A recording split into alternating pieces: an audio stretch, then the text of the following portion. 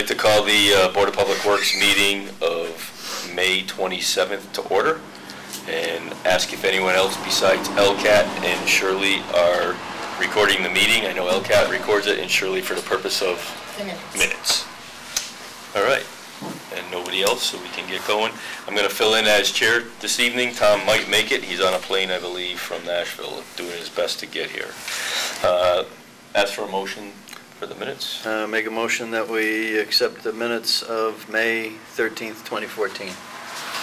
I'll second that. Any further discussion? All in favor? Aye. Aye. Opposed? None? Good to go. First order of business tonight will be for our public hearing for the rates and fees, and we have a package in front of us to review. And with that, I think I'll turn it over. Thank you. I expect the majority of tonight's meeting will be focused on rates and fees setting for the next year. I've put together a package very similar to what I believe you've seen in past years that Dave Gramaski has put together, and I'll step you through it page by page. Page number 1 is a chronological summary of the water and sewer rates that have been adopted by the town since 1996. And you can see that last year, about this time, we adopted rates of $2.30 for the water rate and $2.55 for the sewer rate. And again, the purpose of tonight's meeting is to adopt a rate for fiscal 15 going forward. Okay. The next page, page number 2, shows where we are relative to other communities. I put a little bit of effort into it this year because it's a bit of a moving target. Some of the information is readily available, some of the information is not.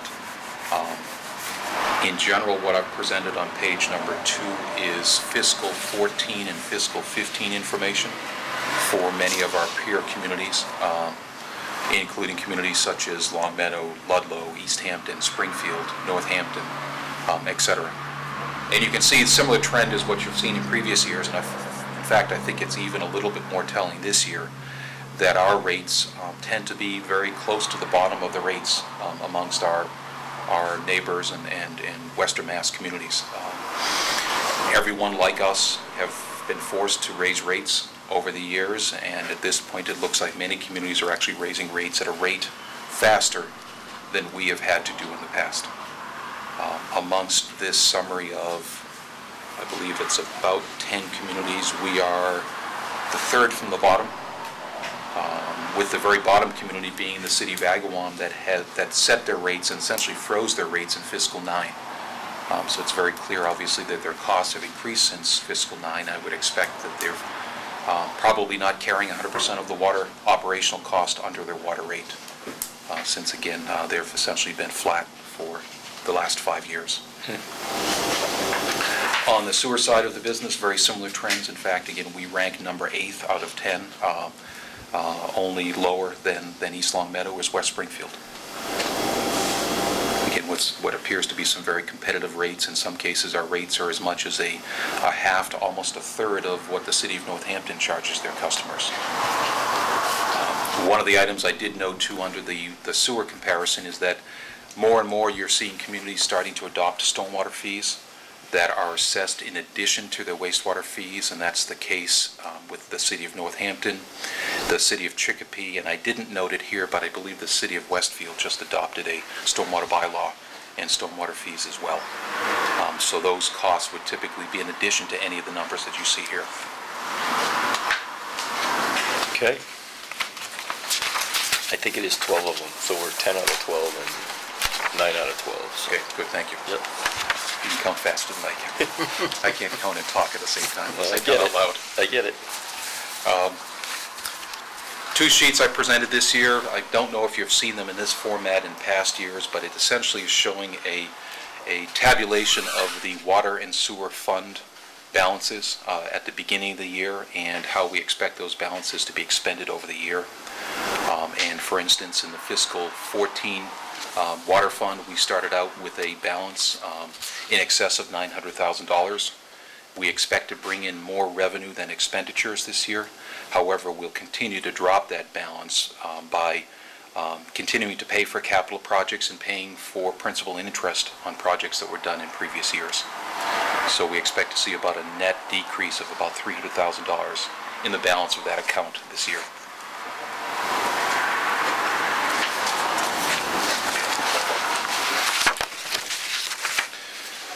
Looking at the sewer fund balance, a similar trend, although actually a greater trend there. We're starting out again in excess of $900,000 for a balance in the bank, and we expect to finish the year with about $400,000 less than we started the year with.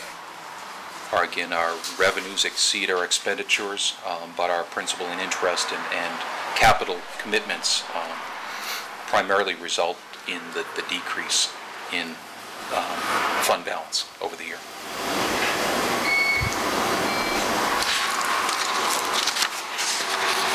So what you see in here next on page number 5 is a sheet I think I showed you in draft form previously.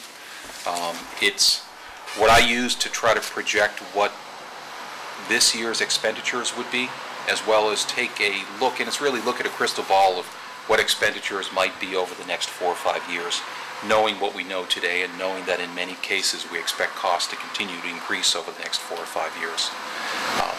I did set this spreadsheet up with the expectation that the enterprise fund would be approved at town meeting, and I set up fiscal 15 as if the enterprise fund was in effect, although it will not be in effect until the end of this year. However, from a dollars and cents standpoint, it doesn't make any difference because we are, even though the enterprise fund won't technically take effect until the end of this upcoming fiscal year, we will be seeing costs come out of the water and sewer funds approximately equal to what the costs will be in the future. So those costs tend to net out. And again, from a kind of a planning standpoint, in my mind, it made a lot of sense to set this spreadsheet up in the direction that I would expect things to be heading in the future to represent what I thought this year's expenses would be, as well as expenses going into the future. The real, dramatic increase that we're looking at, and we've talked about that in the past, is we're expecting the city of Springfield to increase their costs to the town of East Longmeadow by about 16% this upcoming fiscal year. That's an increase from fiscal 14 to fiscal 15 of 16%. Ultimately, they're looking at an increase that they're projecting from fiscal 14 to fiscal 18 of almost 64%. The further you get into the future, the more uncertain those numbers are, but those trends, I believe, are real. The numbers may change a little bit year to year, but we are expecting to see that type of a magnitude of increase, and that I think it's prudent to start preparing for not only do what we need in fiscal 15, but understand what lies ahead of us. I have updated a couple of lines from what I showed you previously.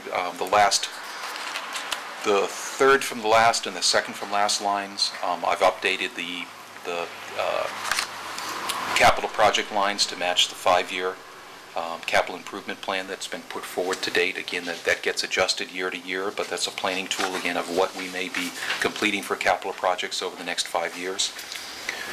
In general, the approach I took was that we would pay for capital every year based on the capital projects that we completed that year. The only change that I made to that is in fiscal 18, and if we shift all the way again, it's the third line from the bottom.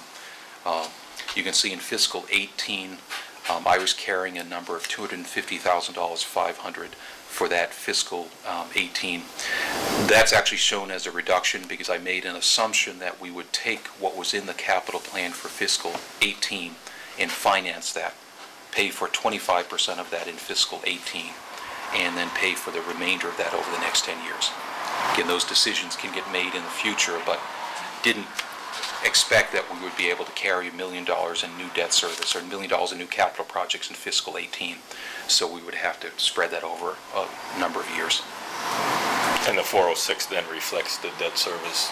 It reflects from there, and it would go correct. up. Right. It actually reflects about $100,000 of debt service associated with that project, and then about $300,000 of capital improvements that year. So I added the two of those together again to project what it might look like in the future.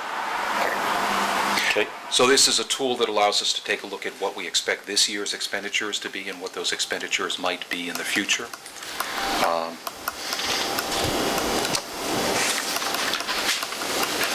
Moving to the next sheet, sheet number 6. couple of things I do want to note, particularly on the water side of the business. The quantity of water that we sell or we produce every year is highly variable. It varies as much as 20 or 25% year by year, really depending on whether it's a wet year or a dry year. In a dry year, we sell a lot more water than we do in a wet year. So one of the big assumptions that needs to be made in any sort of revenue model is what is a reasonable amount of water to assume that we're going to sell. And you can see in my assumptions here, I've assumed that we're going to sell 750,000 CCF for 100 cubic feet of water. That's not the lowest year that we've ever seen in the past 10 years. It's about in the bottom third of the years that we've seen in the past 10 years. It is a little bit less aggressive than the number that Mr. Gramaski might have used. It's about 8% less than what Dave's numbers were. So in a dry year, I think we're better protected. In a wet year, my number might be overly conservative. But again, we're looking forward, and we're spending the bank account down year by year, and we want to make certain that we don't get to a point where we don't have enough funds left in the bank account to make it all the way through the year. Is it inverse, the way you said that, or is it because we would put a ban in place? In a drier year, we would sell more. Correct. Right? That's right. So in a drier year, the lower number that I use is probably a more appropriate. More conservative. More conservative and probably a better assumption. In a wet year, it would be... I might be overly conservative, because I'm only assuming $750,000 of sales, and we might sell $895,000. Not in a wet year, in a dry year. Right. Sorry, you are correct. Right. All right, so I'm with you. I got it. Dan's smiling, yes. I got it. Yeah. But it's the inverse, right? Yeah. Like Yes. when it's wetter, we're not going to sell as much water Right. for the sprinkler purposes, right? Right. Don't listen to I what I didn't know say. I didn't know if it had to do with in a drier year, and we actually put a ban on sprinklers to odd days. I don't know what that does either. But I'm assuming there are people that are trying. Only if it's a drought. Right. I mean, if it's dry and they've got plenty of supply, Then we're going to we're sprinkle. no That's problem. correct. All right. And typically, that hasn't been a problem for us or the city of Springfield. Not for that they years, have adequate yeah. capacity. It's been years. Right. Okay. I get it. So my numbers are a little bit more conservative, so I think, than Mr. Gramaski's might have been, and perhaps maybe a little bit overly conservative. On the other hand, they are not the worst possible scenario. The worst Right. possible scenario could result in actually having less revenue than I project here. Right. When we compare water rates to sewer rates, the other thing that's worth keeping in mind when we get to sewer rates is that there's much less variability in sewer rates, because many of our customers have sprinkler meters. And those are the meters that rise and fall every year. The domestic meters don't change a lot very year to year, so that the sewer variability is much less than the water variability.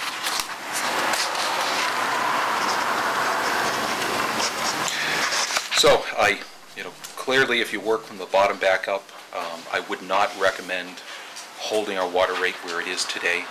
Even if we increased it significantly next year, we would basically spend all the money in the bank this year. And perhaps if we ended up in a drier year than my assumption, we wouldn't even have money in the bank. We would be negative this year. The other way. Other way around. The other way. But You're correct. In a wetter year. In a wetter year in which we sell less water. There you go. I'm saying we, though. It's hard to talk about one thing. We're good with the we, yeah. So, staying at 2.30 as much as we would all like to keep the rates flat is not realistic. Right. It just isn't doable. We can't get a job done for that. Then you start taking a look at how much do we increase this year. And in my mind, we're looking to increase to a point where we can get to kind of a stable balance in the bank, so we don't have to keep drawing that balance down year after year, because at some point, if we do so, we are going to be out of money. It's strictly an issue of how much money do we think we should have in reserve, how much of a cushion do we want to have, either in the event of there's a major issue that comes up in town, or again, that projections are not what I think they could be. If we have a very wet year this year and it's trending that way right now, and everything can change in a week or two if all of a sudden it stops raining, but if it rains from now through August and we sell a historical low amount of water, we want to have enough revenue to put in the bank to get through the year.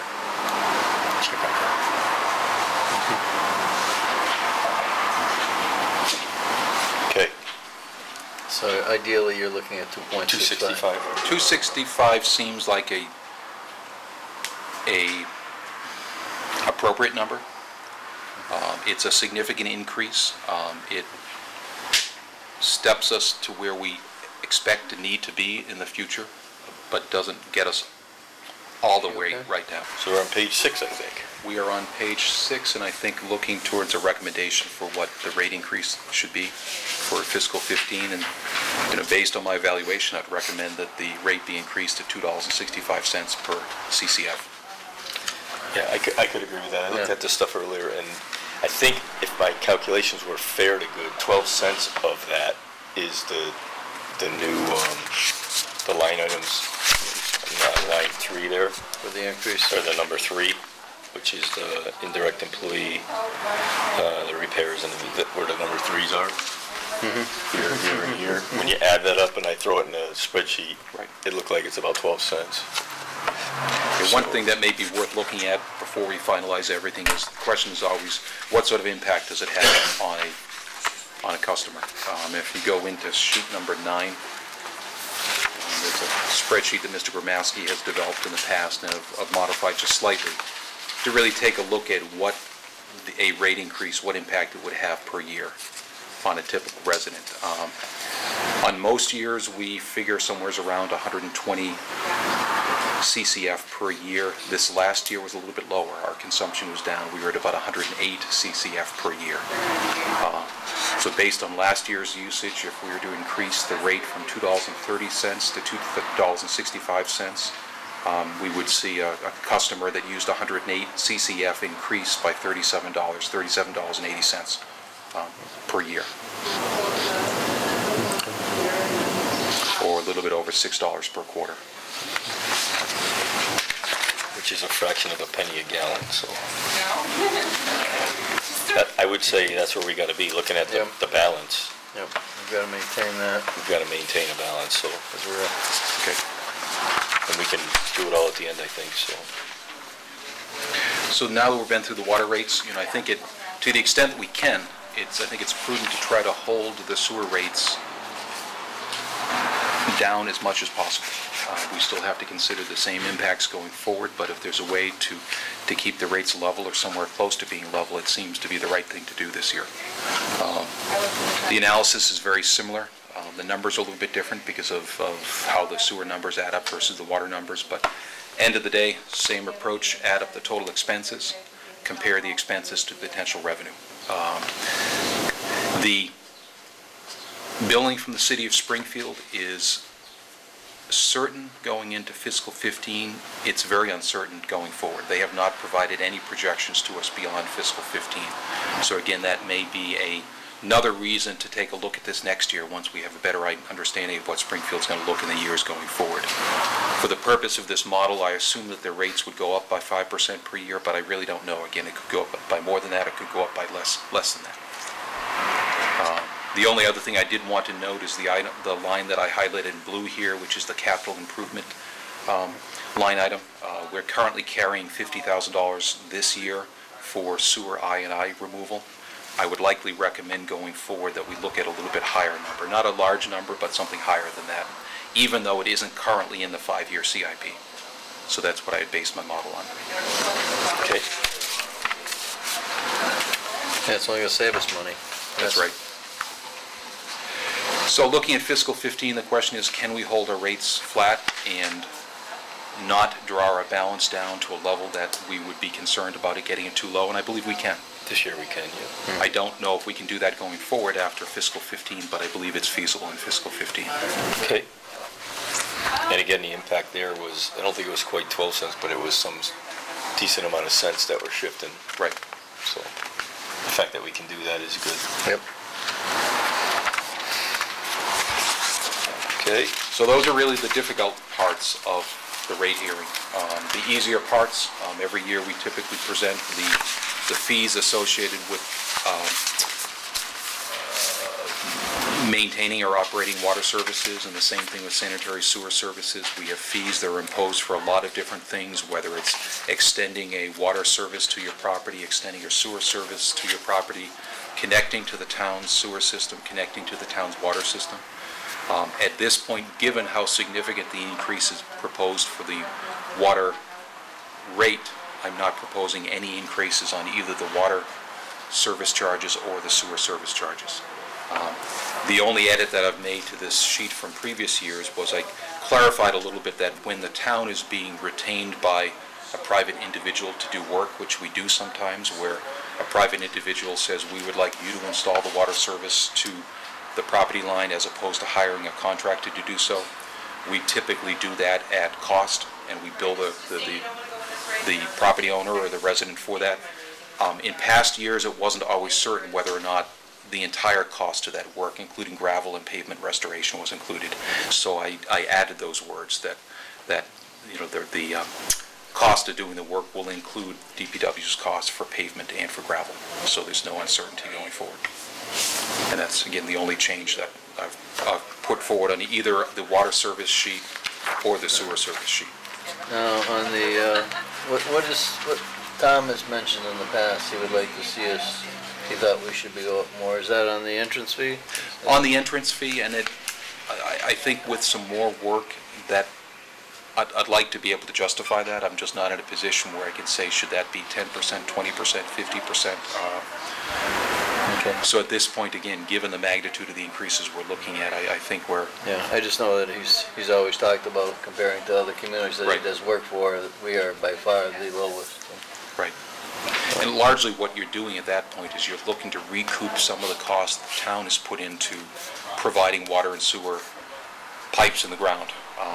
Typically, any new lines that are constructed at the property owner's cost these days, and the costs are assessed through betterments, but that wasn't always the case, so there are times when prior ratepayers or taxpayers funded some of these improvements, and that is a way to help reimburse the town for those improvements. Okay. Do we want to vote on the water and then the sewer and then these? I think we want to do separate votes, right? Yes, So going back all the way to the All right, water, do you okay, want to yeah. introduce it? Yeah, I'll make a motion that we increase the rates, the water rate to $2.65 per 100 cubic feet. Second. Any further discussion, or you good with it? All in favor? Aye. Aye. And I'll make a motion that we maintain the current sewer rate at the current, was it 255? 255, yep. 255. I'll second that. Any further discussion on that one? All in favor? Aye. Aye. Page 10 is the water services. I make a motion that we maintain the current rates as printed here. Second. Any further discussion? All in favor? Aye. Aye. Page 11. Sanitary sewer services, same thing. I make a motion that we maintain the current fees that we charge. Second. Any further discussion? All in favor? Aye. All right. Okay, moving forward, there's another tabulation that Mr. Gramaski's provided typically in the past, really just showing the water and sewer revenue. It's a little bit redundant, but you can see from the trend, we've had some very big years in terms of what we've sold for water and some not so big years. 2014 is an estimated number right now, with our most recent reading being on the 19th of this month. We still have to get through the fiscal year, but projecting that forward, it looks to be a relatively low year. Okay. There are other services that DPW provides relative to storm drainage, relative to the rail trail. Over the past couple of years, the DPW has adopted new regulations relative to paper streets, as well as new regulations for stormwater permits on projects that are not regulated by the Conservation Commission, where the DPW issues its own stormwater permit. And that's really the only change that I'm proposing this year, is I added the stormwater permit information that's already part of your regulations, just to put all the financial information together in one location. Okay. I make a motion that On the other services fees, that we maintain the current level. I'll second that. Any further discussion? All in favor? Aye. Aye. Page 14 is a tabulation of miscellaneous fees that are assessed not only by the DPW, but a number of other town departments. There are no changes in the DPW fees that are presented here, and to the best of my knowledge, there's actually only one change on the town fees, in that the dog license fees for unspayed dogs has gone up slightly. I'll make a motion that we maintain under the miscellaneous fees the same fees as we had prior. I'll second that. Any further discussion? That would be just for our segment of Right. page 14. All in favor? Aye. Aye. Okay. Okay, the next sheet, number 15, presents our accounting for the transfer station expenses versus revenue or credits for fiscal 13. So I need to remind you that we're more than 10 months beyond that at this point. And over those 10 months, we have seen about a 10 to 11% increase in disposal costs from waste management that are not reflected in these dollars. Based on fiscal 13 numbers, the revenue coming into the transfer station roughly balanced the revenue or the expenses going out of the transfer station. I don't believe that's going to be the case going forward. So I do believe we need to take a look at an increase in the sticker price at the transfer station. And what I'd recommend is that the sticker price is currently $40 per sticker. I would recommend increasing that essentially proportional to what our waste disposal costs have increased, and that's about an 11% increase. So if we take the $40 up to $45, our goal would be to maintain that balance between revenue and expenditures. And that is the only item that's proposed to be changed relative to the transfer station. Where does that show up? Halfway through sheet number 16, where it says Got residential it. charges.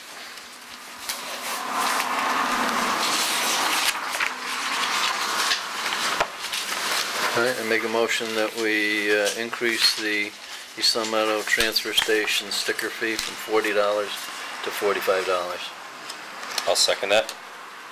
And then everything else is staying Everything the else same. is the same. It's the same. Any further discussion? All in favor? Aye. Aye. And I'll note for the record, that change will be effective July 1st. So individuals buying stickers between now and July 1st will be able to purchase them at the $40 per sticker rate. And they're Hurry good till up. December? I believe so, yes. Better hurry up Better and buy get them, mine. huh? Hurry up and buy them. Okay. So I will try to move the rest of the meeting along. That was the biggest part of tonight's agenda.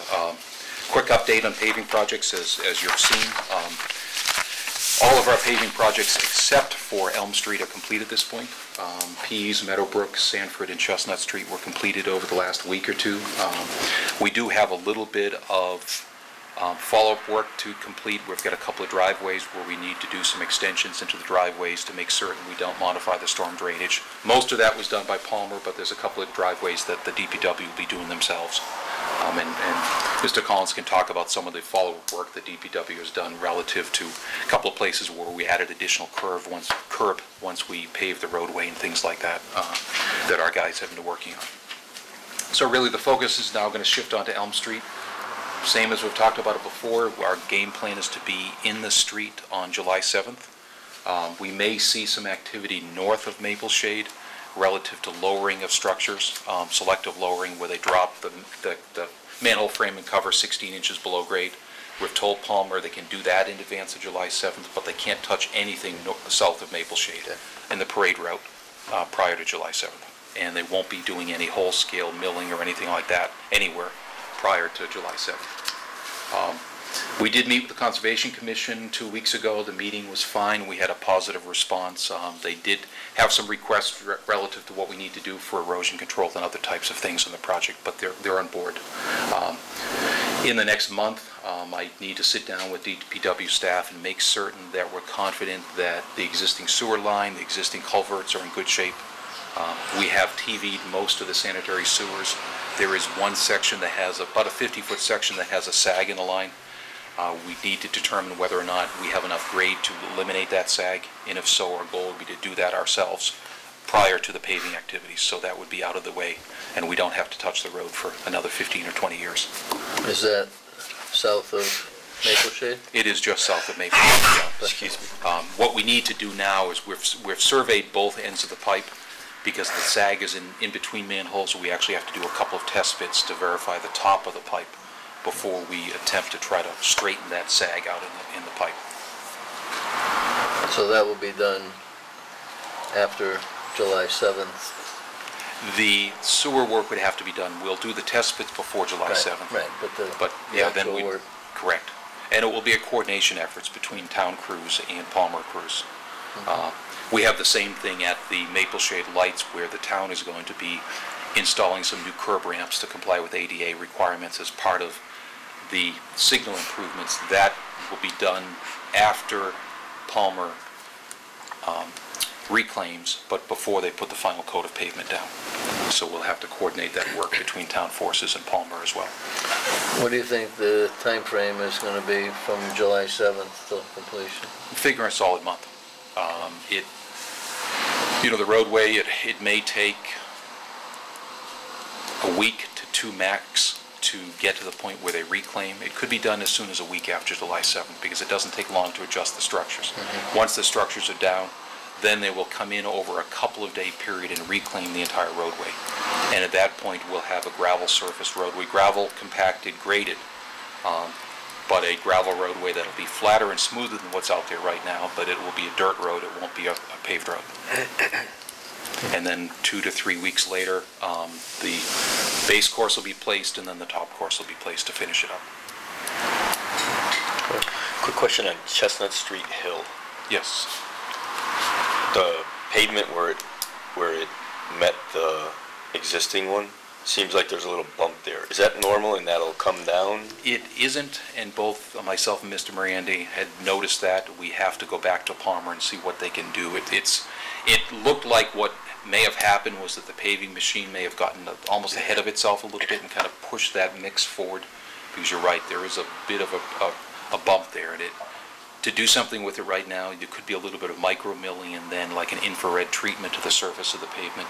It's brand new pavement, you hate to touch it, but there definitely is a little bit of a hump there, right at the very bottom right-hand corner. I don't know if a roller with a little vibrator would push it back or something. You got to heat it up. Not without infrared. heating it first, yeah. They'd have to infrared it. So, They I mean, might it's not actually- terrible, but Yeah. you notice it when you hit the hill. Right. So I didn't know if that was normal, going to settle in, or if it was... It's unfortunately won't get any better. In All right. fact, over time, gravity only would want to make that worse as opposed to making it better. All right. Things tend to go downhill eventually. So we may just want to have them check that out. Okay. Elm and Maple Shade Lights, I talked about it a second ago. The bids are due in on that on June 6th. I think we have 3 or 4 contractors looking at those right now. So I don't know how many bids we'll have, but we expected several of them. Moving on to a couple of items filling in for Mr. Fenny. Fire station masonry repair bids were received last week. There was quite a broad range of bids. Several of them, 2 or 3 of them, were within the town's budget. So Bruce is looking at all 3 of those right now to make certain that all of the firms are qualified and have the experience to get the work done. And expect at the next board meeting to make a recommendation regarding award. After the last Board of Public Works meeting, I had a meeting with the Board of Selectmen to bring them up to speed on the Summers Road landfill issues. It went well, and we are probably about a week away from putting together a draft plan of how that site will be dealt with over the next multiple years, probably fiscal 16 and beyond, over maybe a 2, 3, 4 year basis to try to stretch things out as long as possible. Again, with the goal of permitting the composting operations that are going on concurrent with getting the unclosed portions of the landfill closed and approved. We've got an awful lot of compost there. I mean, I went over there the other day. And Yeah. I couldn't believe how much we really... Yeah, we may need every bit of it we have plus more by the time, as part of the, and that's really been the purpose for, certainly before my time, before even John's time, that material has been saved at that site, first by Mr. Adams, and then composted. Ultimately, portions of the site are going to have to be graded to get positive drainage to eliminate holes, probably a 2-foot layer of fairly silty soil will have to be placed over it, and then there's going to be probably 4 to 6 inches of organic material or a mixture of organic material to promote vegetative growth. That'll have to be placed over a significant amount of that. So when you start taking a look at the volume required, it's significant. It's probably every bit that we have and more. When we end up capping it, are we gonna be able to use it afterwards? You said vegetative growth is... We are looking at that right now, and the concept right now is that certainly we would continue using the areas that we currently use. Part of what the state is looking for us to do is where we currently have composting activities, their concern is that if we're not careful, we could impact the existing cap that is there. So what they want us to do is to put down basically a working pad, and then ultimately put down some type of a hardened surface on that working pad. It could be pavement millings, it could be something, it doesn't need to be pavement or concrete, but a surface also with a warning layer at the very bottom of it. And typically what's done these days is something as simple as orange construction fence. You lay that down flat in a grid, maybe at a 20-foot wide, 25-foot wide grid, so that as you're out there working material, if for some reason you get a backhoe or a loader that gets stuck and starts running in, you know you get through your gravel pad, through the hardened surface, you get to that gravel pad, you get to that snow fence, and you know I better not go any further. If I go any further, then I'm going to impact the cap that's there. So part of the first activity that will happen would be creating probably about an acre of an area using the excess gravel that's going to come off of Elm Street. We have about 3,000 yards of surplus reclaimed material that's going to come off Elm Street, putting down the construction fencing, putting down the gravel as the start, and then ultimately putting on some sort of a hardened surface over the top of that that can become a work area for the composting operations without damaging what's underneath it. The areas that would likely be left pretty much as they are the areas that are already wooded and already sort of, the brush has been coming in from the wetland area towards the back of the site. So I wouldn't see us expanding beyond where we are now significantly, but I see us keeping everything we have, plus the footprint of where that earth pile is right now is probably a half an acre pile of earth right now that would be available once that material gets spread out and used to level the rest of the site. So I think overall we're going to gain some space. If we were to use the entire top of the landfill for working area, we would then have to likely deal with a higher tech cap and more protection between the surface and the activities that we do on top of the surface. So I think we'll get there. I think we'll be adding a couple of acres of working area and storage area, and we're going to be moving a lot of stuff out of the way that's currently in the way, where we currently have open and clear. Okay.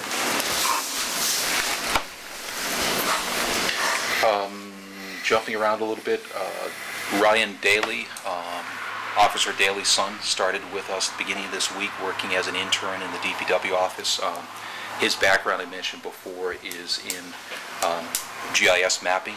He's already developed a handheld application for his iPhone to go out and collect information regarding our fire hydrants. So we currently have every fire hydrant in town located, but we don't have any information regarding the manufacturer, the year of manufacture, the nozzle sizes, the conditions.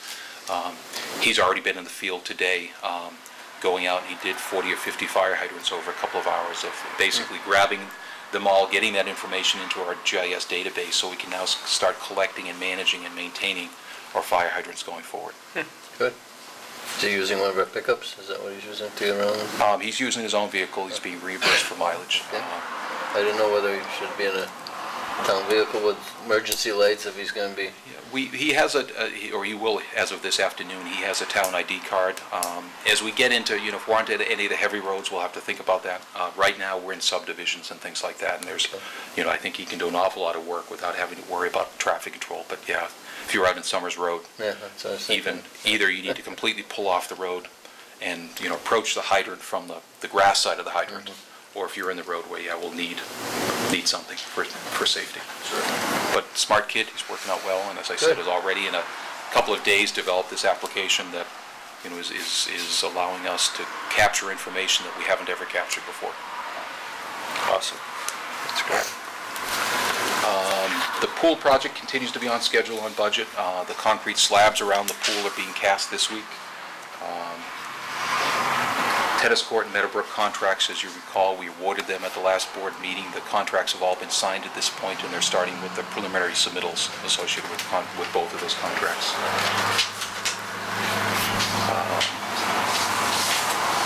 I guess maybe I'll let Mr. Collins talk about maybe hours of work. And if you want to note Tom Pope's milestone as well, that might be good. Tom Pope had gone for some training for his water license, his distribution license, and has passed the test. He's very excited about it. It's a very, very good employee. His head is in the right place.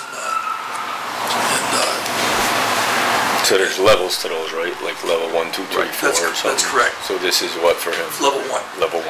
He completed level 1. He actually, it's gotten complicated lately. Level 1, you don't need to pass a state training course to take. He took that on his own, he passed it. To even be eligible to sit for level 2 or level 3, you have to take a 13-week course, which both myself and Tom took alongside, and he passed that course. Now he can sit. I did. I think so. We're going to compare scores and see who's better. Hopefully Tom doesn't beat me. You never know. But now that he's completed that course and passed the course, then he can take the grade 2 exam, and immediately thereafter he can take the grade 3 exam. So that's both of our plans, is to sit for the two very close together and get them out of the way. I'd like to mention too, Mr. Parent made himself available for help in any way that was needed as far as studying for the tests and for the classes, and I think that went a long way with Tom and certainly the department. Excellent.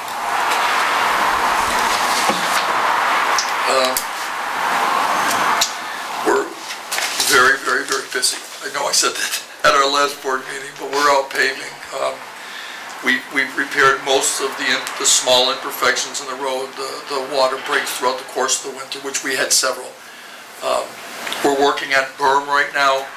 Mr. Parent had mentioned that some of the intersections where they had the paving, they have the big Connecticut top, so we had to run ears off the corners, and in those places we needed to lumen seed extensively in some areas to blend it back from the berm. We started back out on Parker Street about a week ago, and those guys are making good progress out there, forming up the sidewalk. There was one issue with the guideline. Mr. Morandi had contacted the power company, and they're putting in a bar to separate the guideline so that it goes out and down on the other side of the sidewalk. And that would be the last issue that we could see going forward with this section. Good. So everything's going very, very, very well. Parks Department, I guess I could just mention that the guys are doing a great job. We actually spent quite a bit of time up there for the town meeting, and graduation's coming up. And then, of course, we'll work on Elm Street for the last time, filling in all the little imperfections so that we can paint the road for the 4th of July parade. And going forward next year, it's going to be absolutely beautiful. And we won't have to spend all the time, all the effort, material, labor that we have in the past several years. It's going to be exciting for everybody to have that street completed. Everybody can't wait for that. That's all I hear. Was it Maple Street that had a fair amount of, like, down the middle of it, almost like maybe 2 or 3 inch wide extended cracks? Steel crack. Yeah, they weren't just cracks. I mean, they were like It was like a seam almost. Yeah. Are we on that? Did we do that? I haven't noticed. I haven't Not yet. Not on Maple Street. Is that what we're doing? So we'll get out there eventually and do that, or somebody We will, else? yes. Now that probably be that's more in the like a crack contract. seal. Or is it in the contract? That's- No, No, it's actually, I think it's closer to Town Hall is probably what Yes. you're referring to, where the sewer trench was put in a number of years ago. The edge of that trench has started to open up, and it's not just a crack, but the pavement's rattling next to the crack, so it's 3 or 4. So is that in the crack sealing? That wouldn't be, that would have to be That would be us. hand patch. But Yeah, right by Town Hall, if you drive out, take a right towards the high school. There's a few spots. I just didn't know what was causing that, and if we had that, or if. I'm sure the frost opened that up Right. this winter.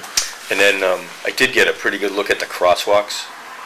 definitely the one across Maple Street and the one across Shaker Road. Do we know how long ago we did those? Summers Road is also, How long ago? I thought those were gonna last like a long time. I'm not sure whether. It was more than 3 years ago, I'd say 4 to 5 years ago, that they did those prints. It wasn't it wasn't longer than that. We talked briefly at the last meeting. We're gonna do that again, or are we just gonna do some paint?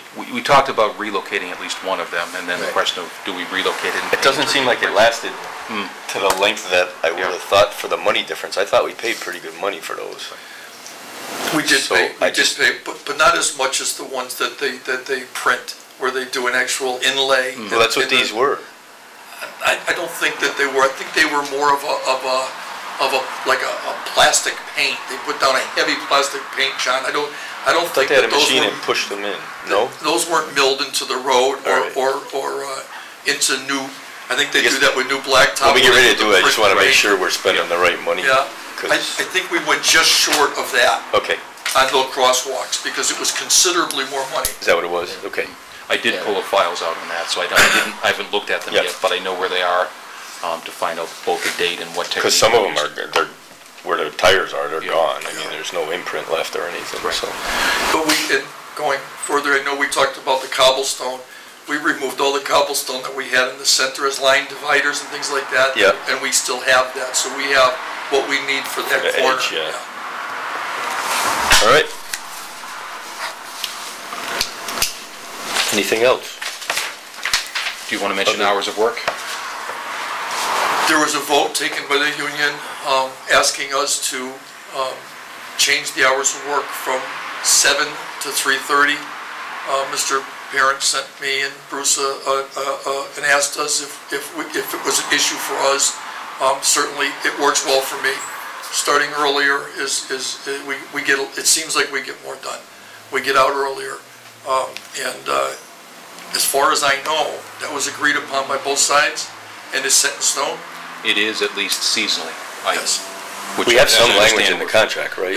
It is. Which is, allows this, or, It does allow this, yes. because our normal hours are 7:30 to 4? That's correct. Correct. So June 2nd, June 2nd, beginning of next week. We're going to summer hours. Yes, 7 to 3:30. when, effective when? July 1? June 2nd, June 2nd. 7 to 3:30. And does the town hall change too, or no? No. They do not. So they'll stay 7:30 to, And that hasn't been an issue Nope. that I'm aware of. or is it 8 to 4? Town hall, 8 8 to to 4? 4. 8 to 4. There's some uncertainty. I've heard different stories about whether or not there's a desire to continue that 7 to 3:30 year-round, but that, we haven't Correct. heard those words yet, nor have we acted upon them. Right. So right now, it's just summer hours, as Okay. we have done in the past. Have we decided when it would end? When they, Generally, it ends right around the start of the school year. Yeah. I Traditionally, don't I have the- understand it's been Labor Day typically, but Okay. yeah. to Labor Day? Okay. Okay. It's my list. Street sweeper still out there doing his thing? It is a little more sporadically right now, John. We've been a little short-handed. Some people out, so to beef up the crews that we've needed to keep out in the field, we've had to rotate operators out of that, Right. as well as doing the tub grinding at the transfer station. Actually, one of our mechanics does an excellent job up there, Anthony Preston. He's done it the last few times. So yes, the sweeper has been out, just not quite as regularly as it was a couple weeks ago. And then what about catch basin maintenance? We're doing that right now. So we're repairing 3 or 4 a week. What about sucking them out or clamming them out or Right now, whatever? we're doing that as work orders come in. It's not something that we don't, we have a system that we do that, where we go around to different areas and do that throughout the course of the year. But right now, we're doing as needed. Somebody calls and says, our catch basin's full, that type of thing, we're going out to take care of that, so that we can keep up with everything else. We get to a place where we're caught up, and the sweeper will go back out on a regular basis, and we can do more of a serious maintenance as far as clean catch basins. Awesome.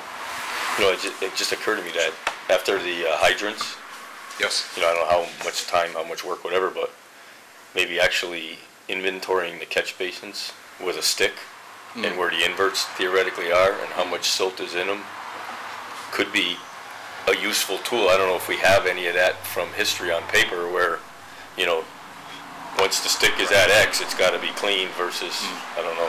We have locations pretty well nailed down, but we don't have a lot of information about what's inside of the catch You know, basin. with the technology now, it might be Yeah. You know, long-term, maybe not this year, maybe Right. it's in a I think future it's a year. good idea. I only, employees are the thing, availability. No, I get it, I But get you it. know, and when that, as far as that goes, John, all the low-lying areas, any place at the bottom of a hill, You're you checking could those. guarantee that we need to clean those out on a regular basis. Others at the top of the hill, just over the crest of the hill, maybe not so much. Ones in the middle of the hill are taking a lot of water, those things are gonna be clean as a whistle in most cases, but you get into Pioneer Circle. We did that over the course of maybe 2 or 3 weeks a year ago, and we cleaned a lot of material out there. Yeah. It sits, it's almost level, it's taken a lot of storm water in there, and so there's certainly work we can do in there. Okay, One of the other areas I was just mentioning, as you mentioned about after Ryan's done with the fire hydrants, I have him starting to think about is looking to try to automate our trench opening permits in terms of locations, creating the database so we know where roads have been opened up and can actually put those locations on a map so we can have people following up to make certain the trenches have been properly backfilled and restored. Mondays are out for you, huh? Yeah, unless it's late. The 10th isn't perfect for me, but 11th. the 11th is good. Wednesday? Philly's Wednesday work for you? Okay. 11th works for me. All right, so next meeting, June 11th. 5 o'clock service building. Any other business? I'll entertain. Make a motion that we adjourn. Second. Any further discussion on that? No. All in favor? Aye. Aye.